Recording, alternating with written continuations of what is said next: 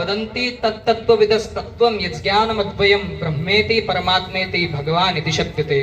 भागवताख्योऽयं प्रत्यक्षः कृष्ण एव हि। नमभीष्टदोहं तीर्थास्पदं शिवगिरिञ्चिनुतं शरण्यं धृत्यार्तिहं प्रणतपालभवाब्धिपोतं वन्दे महापुरुषते चरणारविन्दम्।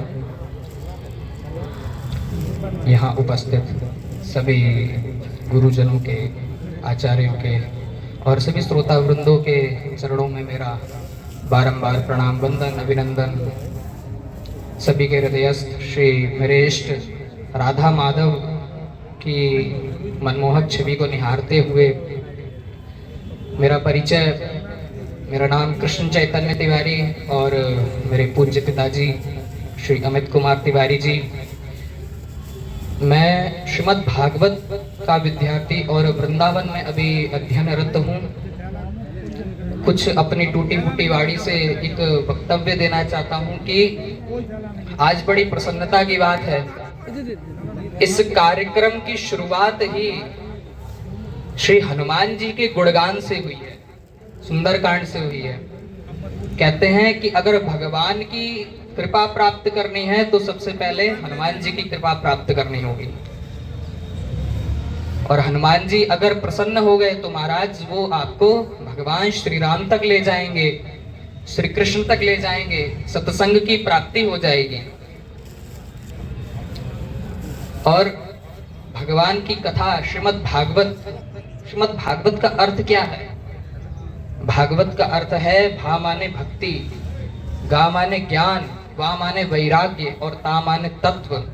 और श्रीमद् जो लक्ष्मी यानी श्री राधा रानी श्री जानकी जी के आशीर्वाद जिसको प्राप्त है, ऐसा ग्रंथ श्रीमद् भागवत। जीवन में भक्ति, ज्ञान, वैराग्य जब तीनों का संतुलन बनेगा तभी जीवन का कल्याण होगा। जीवन में भक्ति है, ज्ञान है, लेकिन वैराग्य नहीं है। जीवन में वैराग्य भी जरूरी है, ज्ञान भी जरूरी है, भक्ति भी जरूरी है, तब जाकर आप तत्व को जानने की सामर्थ्य प्राप्त करते हैं। तत्व क्या है? बोले भागवत जी में कहा वदन्ति तत्तत्त्वविदस्तत्त्वं यज्ञानमद्वयं ब्रह्मेति परमात्मेति भगवान् इति शक्यते। तत्व जो ज्ञाता और ज्ञेय के भेद से रहित अद्वितीय सच्चिदानंद घन, उस प्रकाश को, उस ज्ञान को लोग तत्व कहते हैं। कुछ लोग उसको, जब वो निर्गुण निराकार रहता है तो उसको ब्रह्म कहते हैं, वो सगुण निराकार रहता है तब उसे परमात्मा कहते हैं, और जब वो भगवान श्री राम या श्री कृष्ण के रूप में अवतरित होता है तब उसे भगवान कहते हैं। भागवत जी कौन है? बोले श्रीमद् भागवताख्योऽयं प्रत्यक्षः कृष्ण एव हि। यह कोई ग्रंथ नहीं है, ये भगवान श्री कृष्ण की वांगमयी शब्दमयी प्रत्यक्ष मूर्ति है। स्वयं भगवान इसमें विराजमान है। और भागवत जी की, भगवान के सत्संग की, भगवान की कथा की प्राप्ति कब होती है? बोले महाराज इतनी आसानी से नहीं होती। जन्मांतरे भवेत् पुण्यम तदा भागवतम लभेत। जब जन्मांतरों के पुण्यों का उदय होता है और जब महापुरुषों की सन्निधि प्राप्त होती है, भाग्योदयेन बहुजन्म समर्जितेन सत्संगमं च लभते पुरुषो यदा वै अज्ञान हेतु कृतमोह मदान्धकार नाशम विधाय हि तदोदयते विवेक। जब जीवन में मनुष्यत्व आएगा, मनुष्य तो है लेकिन मानवता नहीं है जीवन में, सारे धर्माचरण को भूलते जा रहे हैं। फिर मनुष्य और पशु में क्या भेद? जब जीवन में मानवता आएगी और जब मुमुक्षुत्वम यानी जीवन में मोक्ष प्राप्त करने की इच्छा होगी, तब जाकर भागवत जी की प्राप्ति होगी। और मुमुक्षुत्वम कब आएगा? बोले जब धर्म, अर्थ, काम और मोक्ष इन चारों का जीवन में संतुलन बना रहेगा। धर्म क्या है? धर्म सर्वश्रेष्ठ धर्म बताया गया है भागवत जी में। सबई पुंसो परो धर्मो यतो भक्ति रधोक्षजे अहेतुक्य प्रतिहता यात्मा संप्रसिद्धति।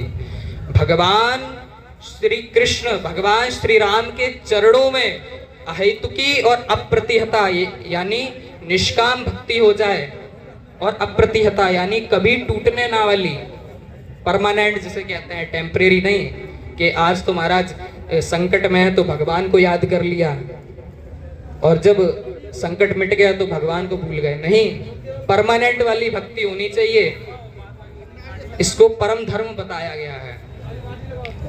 धर्म का फल क्या है? बोले धर्म का फल मोक्ष है। आप धर्म करेंगे, आप सबका भला करेंगे, सब में भगवान के दर्शन करेंगे तो आपको मोक्ष प्राप्त होगा।